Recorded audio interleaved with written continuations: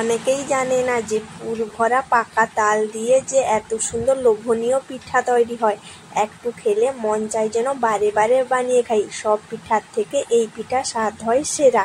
নমস্কার বন্ধুরা, আপনারা সবাই কেমন আছেন? আশা করি ভালো আছেন। তো আমি খুবই ভালো আছি। ন্যাচুরাল ক্রিয়েটিভিটি চ্যানেলে আপনাদের সবাইকে স্বাগত। তো বন্ধুরা, আজকে আমি পাকা তাল দিয়ে পুর ভরা পিঠে বানিয়ে দেখাবো।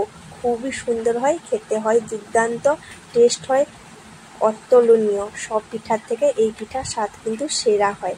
তো চলুন পিঠাটা বানিয়ে নেওয়া যাক। প্রথমে আমি একটা বেলা নিয়ে নিয়েছি, তার মধ্যে একটা চালুনি নিয়ে নিয়েছি। এখন চালের গুঁড়ি দিয়ে দিয়েছি 1 বাটি। সেটাকে ভালো করে একটু চেলে নিচ্ছি। তো দেখুন আমি সুন্দরভাবে চেলে নিয়েছি। এখন এটাকে আমি তুলে নিচ্ছি। তো বন্ধুরা, ভিডিওটা স্কিপ না করে পুরো ভিডিওটা জুড়ে থাকবেন। আশা করি পিঠা যে রেসিপিটা করব খুবই ভালো লাগবে আপনাদের। তো আমি 1 বাটি চালের গুঁড়ি নিয়েছিলাম, সেই মাপ অনুযায়ী 1 বাটি সুজি নিয়ে নিলাম, সেই বাটির মাপ অনুযায়ী চিনি নিয়ে নিলাম। তো এখন 1 চামচ অমুল পাউডার দিয়ে নিচ্ছি, আরও 1/2 চামচ অমুল পাউডার দিয়ে নিচ্ছি বন্ধুরা। আপনারা চাইলে এখানে লিকুইড দুধটাও দিয়ে নিতে পারবেন। এখন স্বাদ অনুযায়ী লবণ দিয়ে নিচ্ছি। তো আরও একটু দিয়ে দিলাম, দিয়ে ভালো করে সব উপকরণগুলোকে মিশিয়ে নেব। এই পিঠে বানানোর জন্য কিন্তু বেশি উপকরণ লাগে না, আর বেশি সময়ও লাগে না।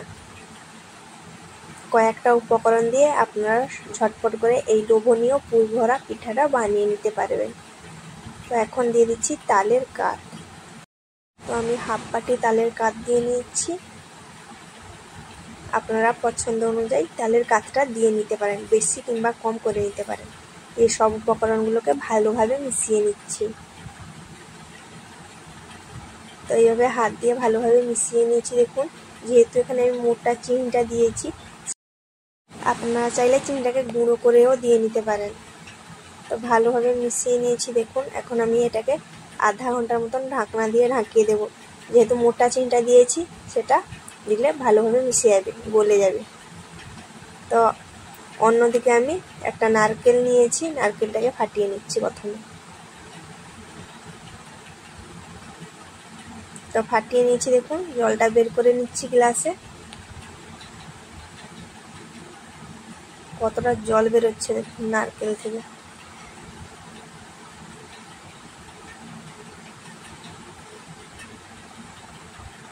তো ছোট্ট গ্লাসে অনেকটাই জল বেরিয়েছে।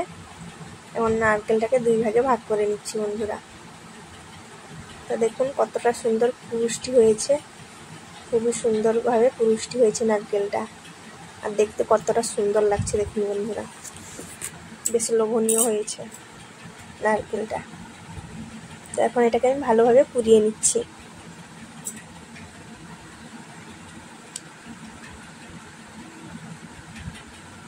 তো দেখুন আমি সবটা নারকেল পুড়িয়ে নিয়েছি। আমি অর্ধেকটা দিয়েছি। তো এটাকে এখন সাইড করে নিচ্ছি। অন্যদিকে যে আমি ব্যাটারটা বানিয়ে রেখেছিলাম, তার মধ্যে কয়েকটা উপকরণ মিশিয়ে দেব। তো এখন আমি ইনো দিয়ে নিচ্ছি, 1/2 ইনো দিয়ে ভালোভাবে মিশিয়ে নিব চামচের সাহায্যে। তারপরে অল্প একটু জলও দিয়ে নিচ্ছি, দিয়ে ভালোভাবে মিশিয়ে নিচ্ছি।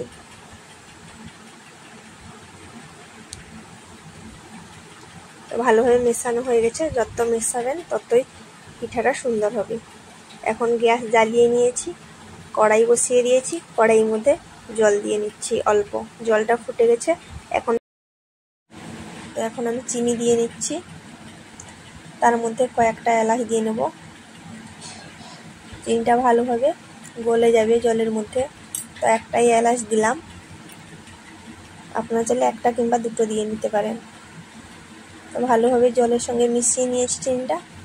এখন কয়েকটা ড্রাই ফ্রুট দিয়ে নিচ্ছি। এখানে কাজু, কিশমিশ আর পেস্তা বাদাম আছে, যেটাকে কাঠবাদাম বলি, দিয়ে সেটাকে দিয়ে ভালোভাবে মিশিয়ে নিচ্ছি।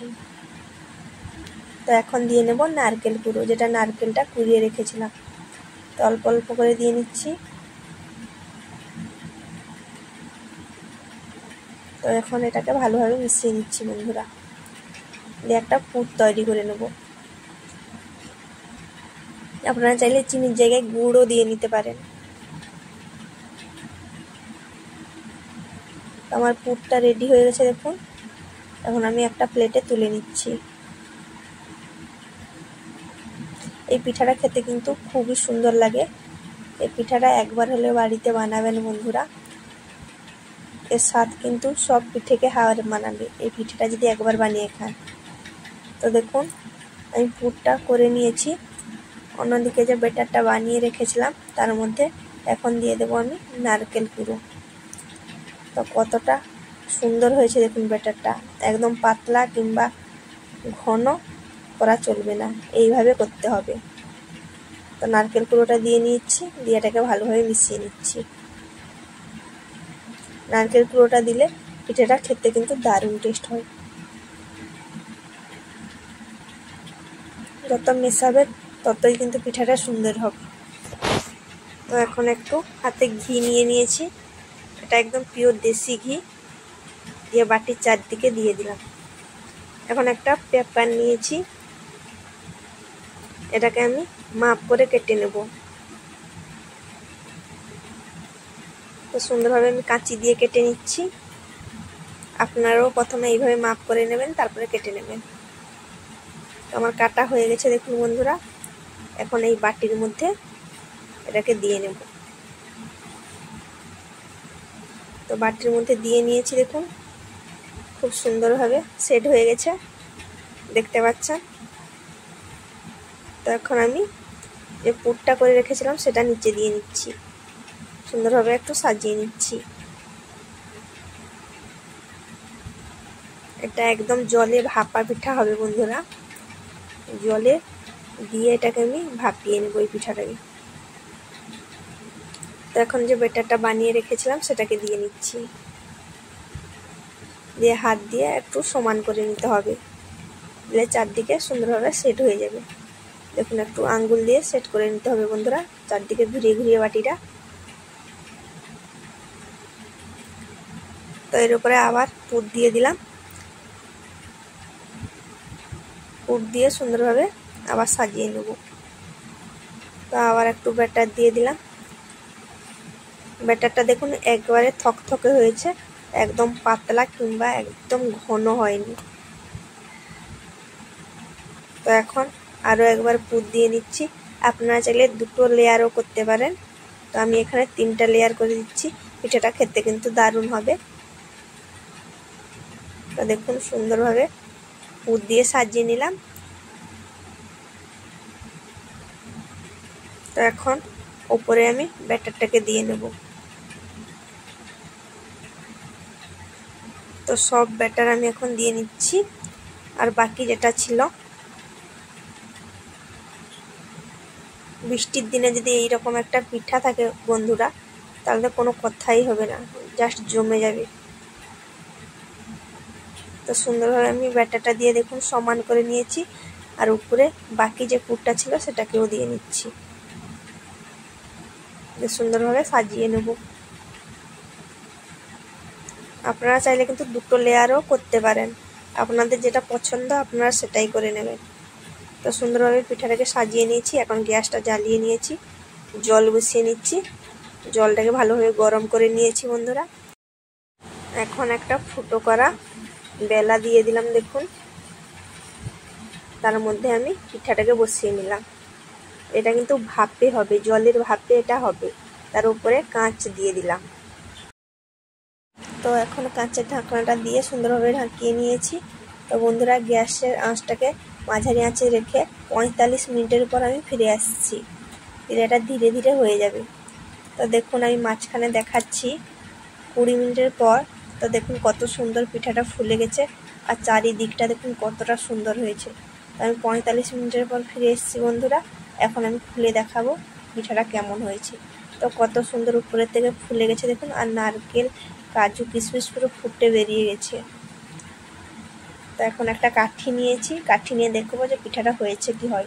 তো দেখুন কাঠির মধ্যে একদম লাগেনি, তো পিঠাটা খুব সুন্দরভাবে হয়ে গেছে। তো এখন আমি গ্যাস থেকে এটাকে নামিয়ে নেব, দিয়ে এটাকে ঠান্ডা হতে দেবো বন্ধুরা। তো গ্যাসটা প্রথমে বন্ধ করে নিয়েছি, তো এখন গ্যাস থেকে নামিয়ে নিচ্ছি। পিঠাটা দেখতে কিন্তু সেই হয়েছে, দারুণ লাগছে দেখতে। এইভাবে জলের ভাপে এইভাবে পিঠা তৈরি করবেন বাড়িতে, দিয়ে খাবেন, দেখবেন কতটা সুন্দর লাগছে। সব পিঠাকে কিন্তু হার মানাবে।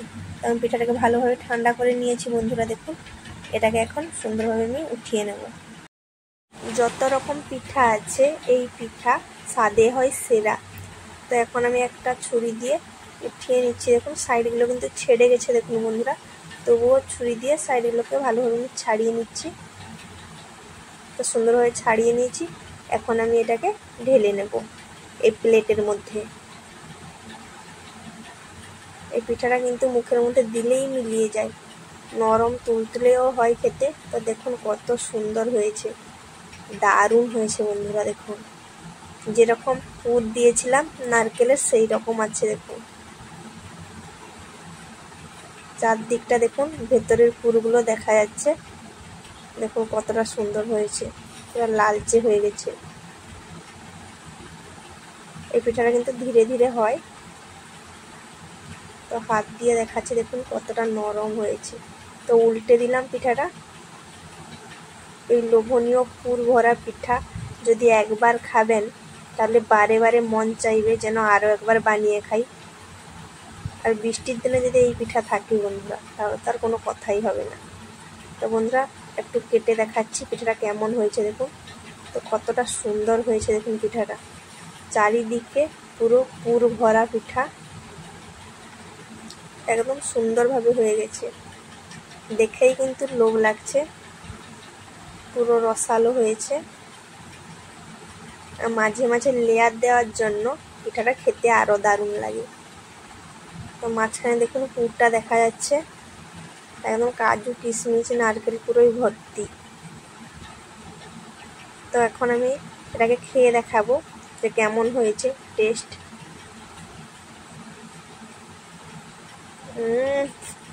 আহা, মন প্রাণ যেন জুড়িয়ে গেল বন্ধুরা, খুবই সুন্দর লাগছে খেতে। আর আপনাদের যদি ভিডিওটা ভালো লাগে লাইক শেয়ার কমেন্ট সাবস্ক্রাইব করবেন। সবাইকে টাটা, ভালো থাকুন।